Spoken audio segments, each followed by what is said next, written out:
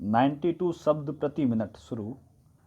अध्यक्ष महोदय, मैं निवेदन करना चाहता हूं कि सरकार को यह निश्चय करना चाहिए कि इस बिल का सही उपयोग किया जाएगा। पुलिस को डाक द्वारा मत देने का अधिकार दिया जा रहा है, वह सही है। वह अधिकार इससे पहले ही दिया जाना चाहिए था, लेकिन आजकल चुनावों में जो गड़बड़ी होती है उसको दूर करने के लिए सरकार को मूल अधिनियम में संशोधन करना चाहिए। माननीय सदस्य ने अभी कहा कि इस बिल पर ज़्यादा वाद विवाद नहीं होना चाहिए, लेकिन हम विरोधी दल के लोग जानते हैं कि जूता कहाँ काटता है। अगर कांग्रेस पार्टी चुनाव से पहले गद्दी छोड़ दे और सरकार में न रहे, तब हम देखेंगे कि कांग्रेस को कितने वोट मिलते हैं।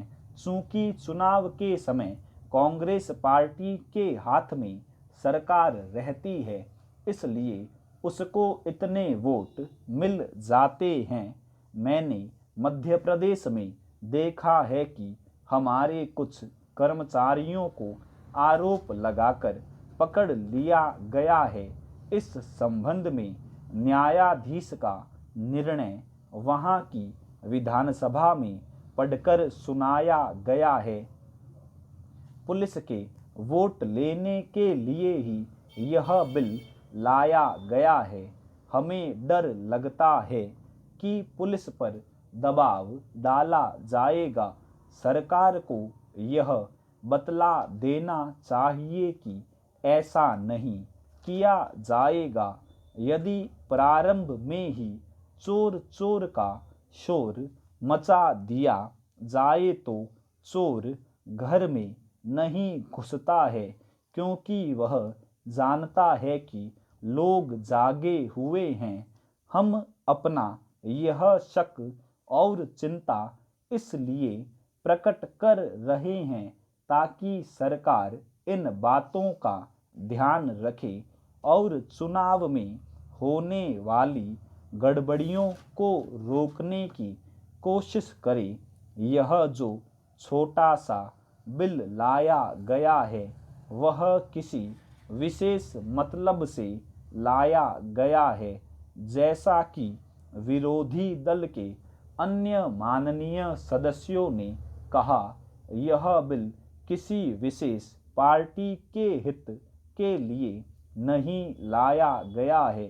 केवल अपने प्रदेश से बाहर काम करने वाले पुलिस के आदमियों को डाक द्वारा मत देने का अधिकार देने के लिए नहीं लाया गया है।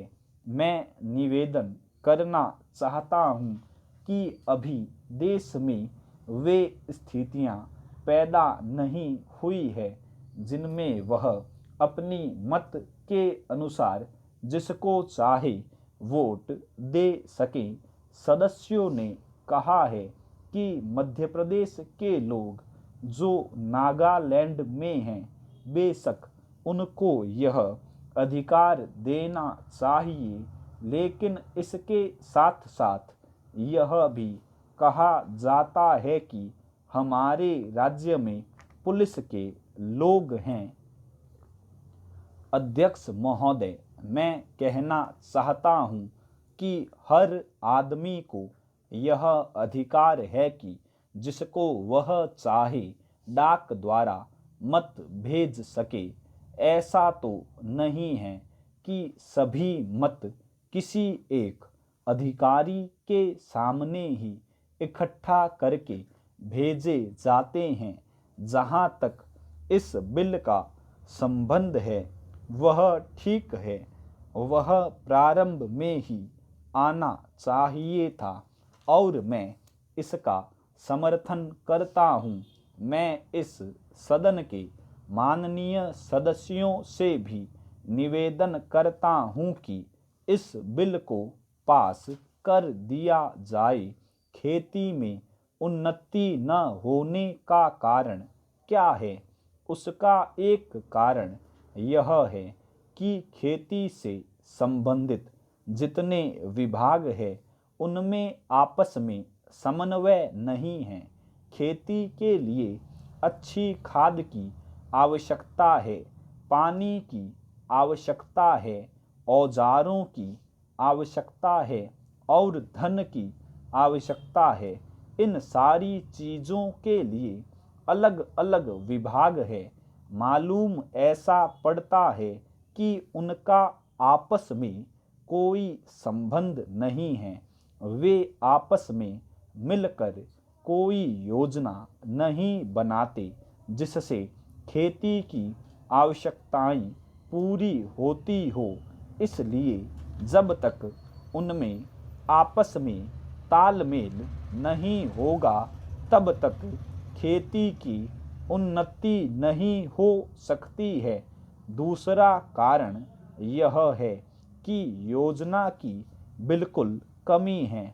इसके अलावा कृषि कॉलेजों से निकले हुए जो स्नातक होते हैं, जो खेती की बातों को जानते हैं, उनमें से एक भी आदमी खेती करने के लिए तैयार नहीं है। सभी प्रोफेसर बनने के लिए तैयार है, खेती के लिए कोई भी तैयार नहीं है। एक बात मैं माननीय मंत्री जी से विशेष रूप से कहना चाहता हूँ। अधिक उपज न होने का एक कारण यह है कि जो खेत में काम करते हैं वे उसके मालिक नहीं हैं। खेत किसी और का है और काम कोई और कर रहा है। इसलिए मेरा कहना यह है कि किसानों में जब तक यह भावना पैदा नहीं होगी कि यह मेरी भूमि है, तब तक अधिक उपज नहीं हो सकती है।